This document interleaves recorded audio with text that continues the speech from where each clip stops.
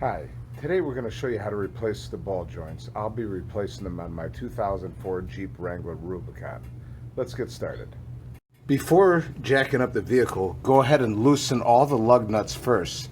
Just loosen them a little bit, do not take them off all the way. Also, when jacking up your vehicle, make sure you have a really good heavy-duty jack and jack stands, and make sure when you jack up the vehicle, only raise it up on the frame, and also position your jack stand on the frame too, as you can see. As you can also see, I have the jack on the frame also. Don't use the axle or anything else, because you could very well cause some damage to the Jeep, and I can't emphasize safety enough, because when you have the Jeep in the air, if it falls, somebody could really get hurt. Now that we have the Jeep jacked up, we're going to go ahead and remove all the lug nuts and remove the wheel. After you've went ahead and removed your wheel, now we could go ahead and remove this cotter pin. Then this nut will come off, and there'll be a small washer spring behind it that will also pop off too. Now that we've went ahead and removed these parts, we're ready to remove the nut that holds on the hub. We're going to actually hold it back with a breaker bar, because as we loosen the nut, it will start to spin. And you might even need to use a breaker bar with your socket to be able to loosen it, because it could be on there really tight. Now that you've removed the nut that holds on the hub, we're going to go ahead in the engine compartment and remove the cap on the brake cylinder. This will relieve pressure on the master cylinder. Now we're ready to go ahead and remove our caliper. We're going to start by removing one bolt on the top, and then there'll be another bolt on the underneath side right over here that will remove on the bottom side of the caliper. After we have both of those bolts removed, we can go ahead and remove the caliper. Now that we've unbolted the caliper, we can pull it out of the way, which you might have to tap it with a hammer. I've had mine off recently, so it'll come off fairly easy. And we're going to go ahead and slide it over here, and we're going to secure it down with a coat hanger, because you don't want it to fall and take a chance of damaging the hose and cause yourself more work. As you can see, I've went ahead and secured the caliper to the frame with a coat hanger. That way it won't fall and we won't take the chance of damaging our hose. Now we're ready to go ahead and remove our rotor. We'll put that out of the way. Now we're ready to remove the 3 bolts that hold the hub on, so we could remove the hub and pull out the axle. The bolts are located right here. You'll see the bolt on this side here, and you're going to remove it from behind the knuckle right here. There's the first bolt, there's the second bolt right here, and on the other side will be the third bolt. It's a little bit hard to see it in the lighting, but here's the third bolt right over here. We'll go ahead and remove all those bolts, all 3 of them, and then we'll be able to go ahead and pull off the hub right here. Now you're going to need a few tools that you could hopefully borrow from somebody, or you could even go to a lot of auto parts stores and they'll even rent it out at a very little cost. Front end service kit to remove the tie rod ends, and you're going to also need a ball joint press to be able to remove the ball joints, to be able to press them out. Now we're going to remove the tie rod ends from the knuckle. We're going to start by removing this cotter pin, and we're going to loosen this nut. In some cases, if you've had your tie rod end removed before, you might be able to loosen up the nut and hit it with the hammer on top, and you might be able to break it to drop down. Now we'll use the front end service toolkit to be able to break the tie rod loose. We'll tighten it up and tap it on top of the hammer to loosen it and break it. Now we're ready to go ahead and remove the 3 bolts that hold on the steering knuckle. One here, one over here, and the last one right over here.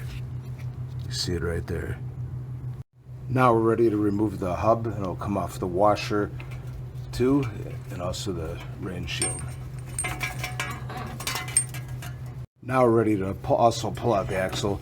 Be careful, hold the whole thing, don't let it get dirty. Now we're ready to remove the 2 bolts that hold on the knuckle. We'll go ahead and remove the cotter pin and remove this nut over here on the top, and then we'll go ahead and do the same in the bottom. We'll remove that cotter pin, and then we'll remove that nut. Now you're going to have to beat this down, this knuckle, with a sledgehammer. You're going to have to hit it really hard to be able to break it away from the bolts from the ball joint. Now that we have the knuckle removed, we're ready to go ahead and press the ball joints out. The bottom ball joint When we press it, we'll be pressing down to pop it out. The upper ball joint, we're going to go ahead and press it up to pop that one out. We're going to go with this setup right over here for the lower ball joints. We're going to go ahead and press it down so we could pop out the ball joint.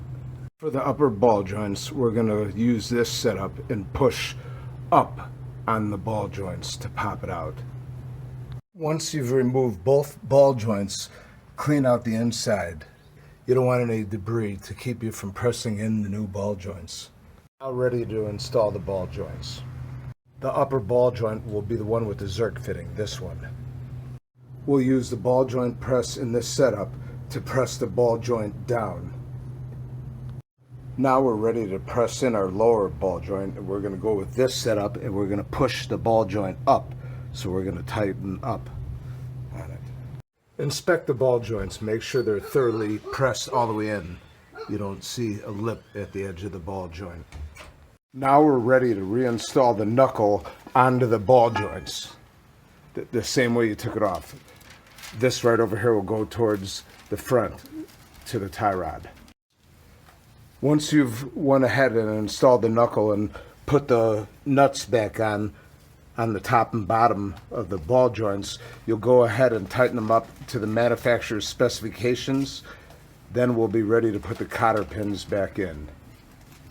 Now that we've reattached the knuckle, we're going to go ahead and reattach the tie rod end and torque it down to manufacturer's specifications, then reinstall the cotter pin back on the castle nut. Now that we've reattached the tie rod end, we're ready to go ahead and slide the axle back in. Be very careful while sliding it in not to get it dirty.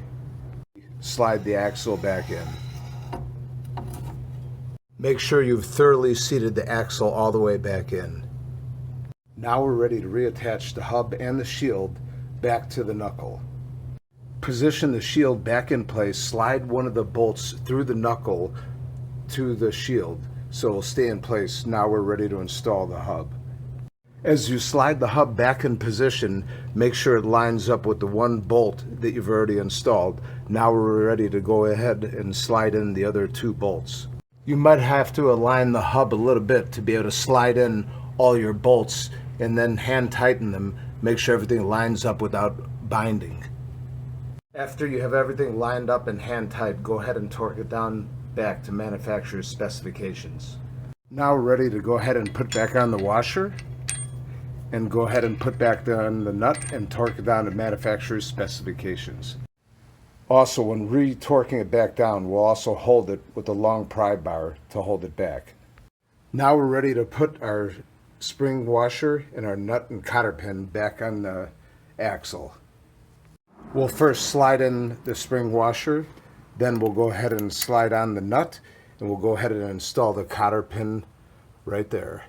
Now we're ready to install the rotor back. After we've slid the rotor back on, we're going to go ahead and reinstall the caliper. Slide on the bottom of the caliper first. Now that you've slid the caliper back on, you'll reinstall the two bolts on the back side of the caliper. We'll hand tighten down the bolt both on the top and bottom of the caliper, hand tight. While trying to align the caliper, you might have to jiggle it back and forth for both bolts to line up as you hand tighten them.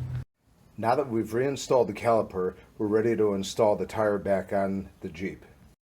Now that we've reattached the wheel, we're going to go ahead and replace the cap on the master cylinder. We'll go ahead and replace the cap on the master cylinder, and we're done. Please like and subscribe. Click on the link below to visit our website. Thanks for watching.